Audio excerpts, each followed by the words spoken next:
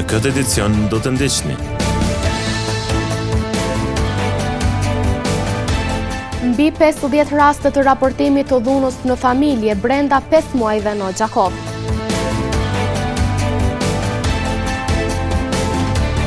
Banorët e fshatit Bitesh ankohen për shtyllat elektrike dhe rrymën e dobët.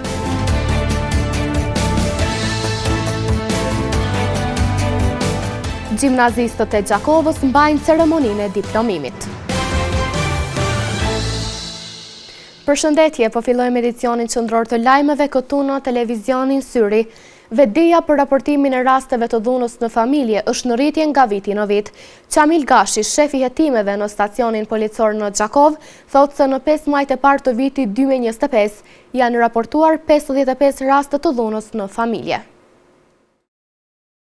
Dhuna në familje kohëve të fundit është shtuar dhe po ashtu dhe numri i raportimeve është rritur në komunën e Gjakovës. Shefi i hetimeve në stacionin e policisë në Gjakov, Qamil Gashi, tha se krahasuar me vitin e kaluar në periudhën janar-maj 2025, numri i rasteve të dhunës në familje ka shënuar rritje. Në stacionin policor të Gjakovës, gjatë vitit 2024 janë trajtuar rreth 120 raste të dhunës në familje, ndërsa për periudhën e njëjtë kohore të vitit të tanishëm, deri në këtë moment i kemi të raportuara 55 raste të dhunës në familje.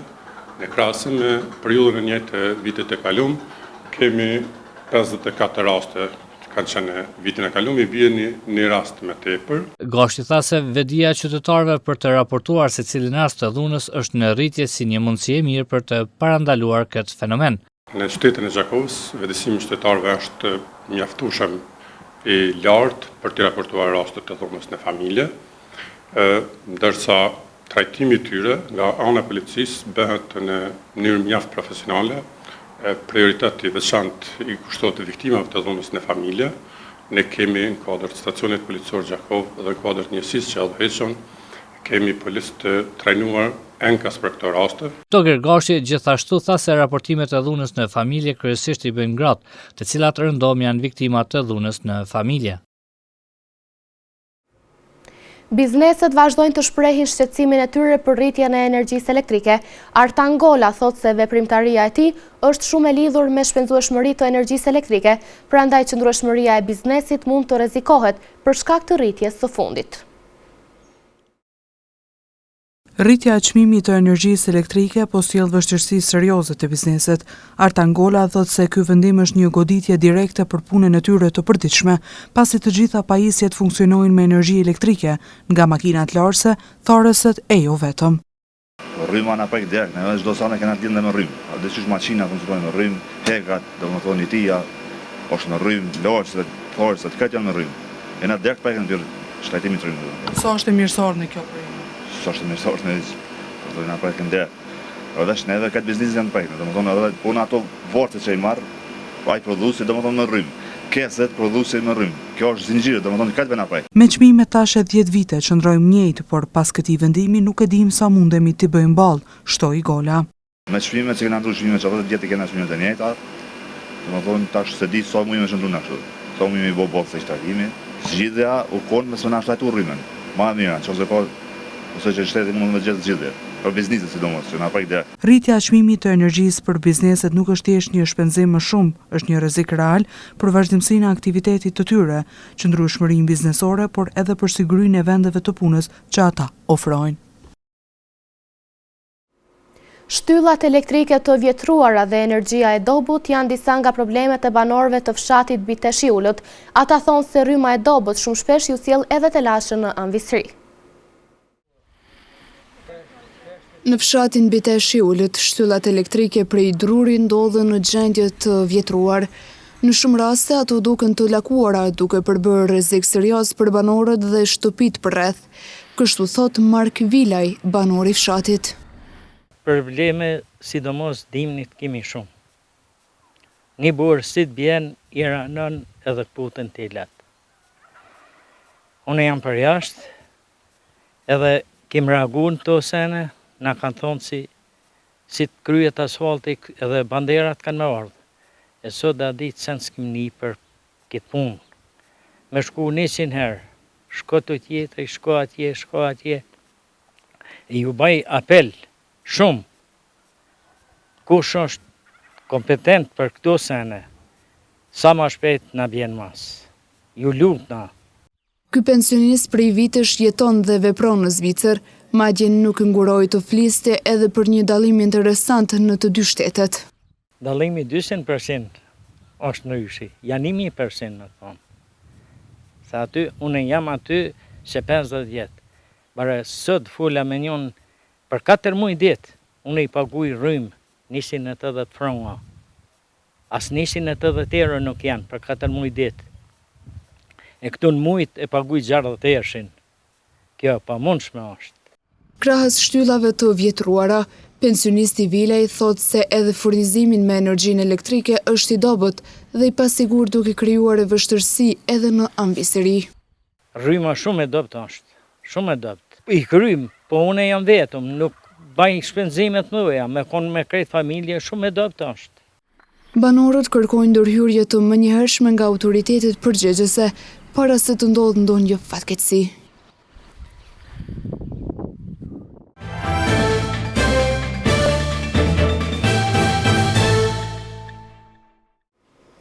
Gjimnazistët e gjeneratës 2022-2025 zyrtarisht janë diplomuar sot. Qindra nxënës mbajtën ceremoninë e diplomimit si një nga kujtimet më të bukura në 3 vitet e shkollimit të mesëm të lartë.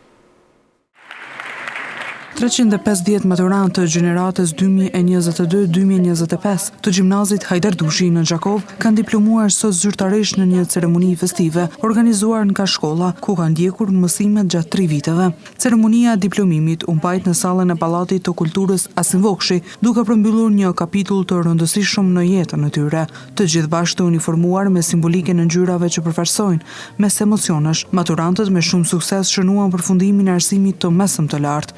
Atmosfera festive u shoqërua me duar trokitje, përqafime dhe plot emocione, ndërsa momenti më simbolik i kësaj ceremonie të mbajtur për herë të parë në këtë formë ishte kur të gjithë maturantët hodhen kapelet në ajër, një traditë që shënon lamtumirën nga shkolla dhe fillimin e një rruge të re.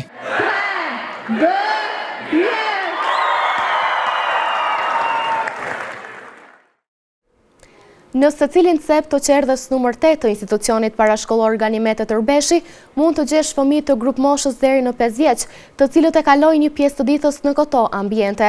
Hana Efendia, ushtruese detyre e drejtoreshës, thotë se vazhdimisht edukatorët përpiqen të ofrojnë momente sa më të bukura për fëmijët e fshatit Novoselle Ullët dhe fshatrave përreth. Në secilin cep të qerdhës numër 8 në institucionit parashkollor Ganimet e Tërbeshi mund të gjesh fëmijë të grup moshës deri në 5 vjeç, të cilët e kalojnë një pjesë të ditës në këto ambiente. Hana Efendia, ushtruese e detyrës në institucionin parashkollor Ganimet e Tërbeshi, thotë se edukatorët në fshatin Novoselle Ullët vazhdimisht janë në krye të detyrës duke ofruar kujdes, përkushtim dhe angazhim për secilin fëmijë. Gjindemi në fshatin Novoselle të Ullët, në kopshtin i cili funksionon në kuadër të Ganimet të Tërbeshit. Kushtet janë si në të gjitha lokacionet e tjera, është lokacioni numër 8, siç e patë edhe edukatorët janë të përgatitura me aktivitete të ndryshme për fëmijët. Funksionon edhe një klasë përgatitore që është në kuadër të shkollës Angel Gjoni këtu në fshatin Novoselle. Shërbimet janë si në të gjitha lokacionet e tjera, në kuadër të kopshtit tonë, kopshti funksionon me hapjen e tij në orën 6:30, përfundon në 16:30, është ushqimi i cili përgatitet për fëmijët, aktivitete të ndryshme, mirëqenia fëmijëve. Vjolca Betullahu është edukatore në kuadër të shkollës fillore Angel Gjoni, por është falendëruese për kontributin që e bëjnë në këtë qerdhe. Në kuadër të shkollës e Angel Gjoni në Novoselle, po kontribuojmë këtu në objektin e qerdhës, sepse kemi bashkëpunim të mirë, ka kushte të mira për fëmijët dhe andaj i kemi sjellë fëmijët këtu, e shfrytëzojmë klasën. Prindërit dhe nxënësit shprehen të lumtur për përkushtimin dhe shërbimin në këtë institucion, duke siguruar një ambient të sigurt dhe të pastër.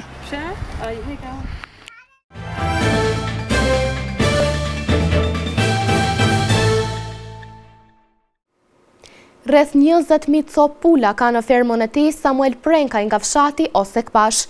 Këtë punë e bën prej disa kohësh, por nga viti në vit ka arritur të shtojë numrin e pulave në fermë. I riu Samuel Prenkaj në fermën e tij ka rreth 20.000 pula. Ai prej vitesh ushtron këtë profesion duke i ofruar një kujdes të veçantë secilës fazë të mirëmbajtjes së fermës. Ne kena rreth 20.000 pula, kujdesim shumë mirë për to, ushqimin e bojmë vetë, na si biznes familjar, mirëm me se 20 vite me këtë biznes, dhe tregun e kena në Gjakovë dhe në tërë Kosovën. Prenka i tha se edhe përfitimi financiar në këtë veprimtari është fetimprurse. Përfituesi janë shtim mirë, vështërsi nuk kena, por ku t'i bojmë zështë 18 javë, i vakcinojmë, japim vakcina puna smunjes, dhe për momentin nuk ka asnjë problem, asnjë defekt. E kur është fjala për ushqim që duhet siguruar pulave në fermë, Prenka i thotë se edhe këtë e bëjmë në mënyrë teknike. Shkojnë rreth 3.000 kg në ditë ushqim, koncentrat. Koncentratën e bëjmë vetë, e nreshim vetë. Shpëndohen e ushqimit në bëjmë në mënyrë teknike, na lehtëson shumë punën. Mesjera Shprenka i apelon tek të rinjët që të mos e braktisin vendin, por të punojnë me veprimtari të ngjeshme siç bën ai vet. Kjo pasi edhe të ardhurat janë shumë të mira. Mantelbardhët e spitalit Isa Grezda në Gjakov u bën bashkë sot në një trajnim që për temë diskutimi kishte parandalimin dhe menaxhimin e konflikteve me pacient dhe koleg. Aty u diskutua për menaxhimin e konflikteve, shkallën e konfliktit dhe mundësinë për të zvogëluar secilën mosmarrveshje.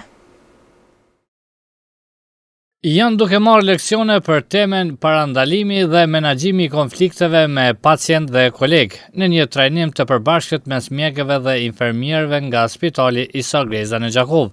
Besim Kodra nga shoqata të drejtave të pacientëve, njëherët udhëhec i trajnimit, tha se qëllimi është që të ketë komunikim me kolegët në shëndetësi e gjithsesi edhe në raport me pacientët.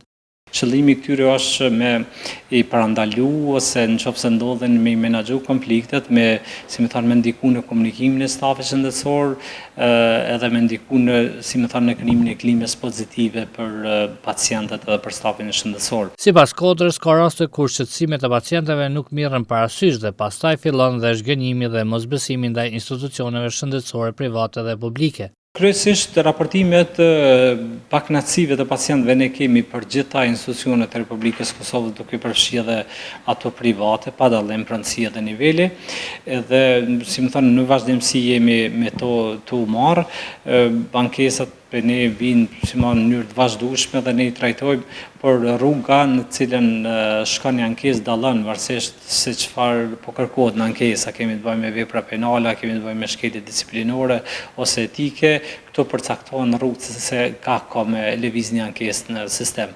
Me zgjidhjen e ankesave nuk kemi shumë të kënaqur, institucionet nuk janë shumë azhure në kthimin e përgjigjes, sidomos në kohë, dhe kjo shpeshherë i dekurajon pacientët për me u anku. Kodra përmendi dhe shqetësimin e tij për sulmet verbale ndaj mjekëve, të cilat janë bërë të shpeshta, e për të parandaluar këtë fenomen duhet komunikim më i mirë.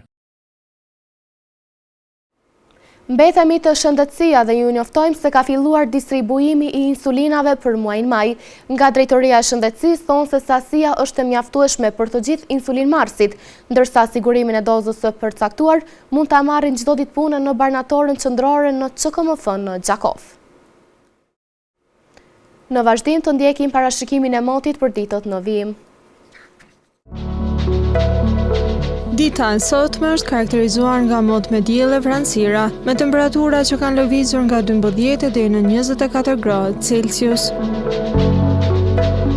Për nesër, temperatura do lëvizi nga 11 deri në 24 gradë Celsius, karakterizuar nga moti vranët e me diell.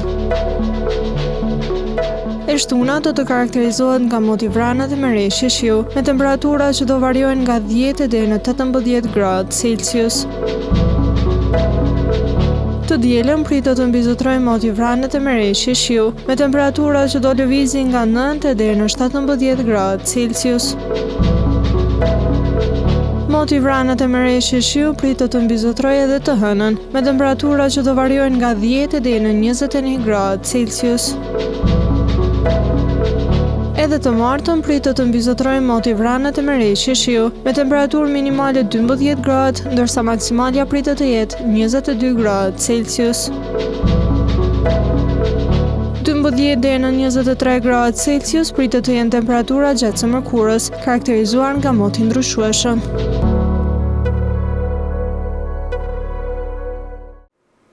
Para se të ndahemi, të ndjekim edhe një herë titut kryesor të këtij edicioni.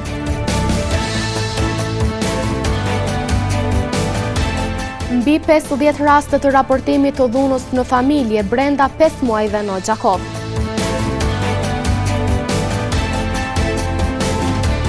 Banorët e fshatit Bitesh ankohen për shtyllat elektrike dhe rrymën e dobët.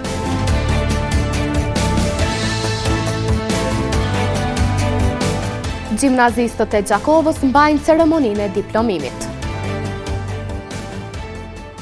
Këtu merr fund ky edicion qendror i lajmeve. Ju mund të vazhdoni të na ndjeshni në televizionin Syri, si dhe në rrjetet tona sociale. Mirupafshim.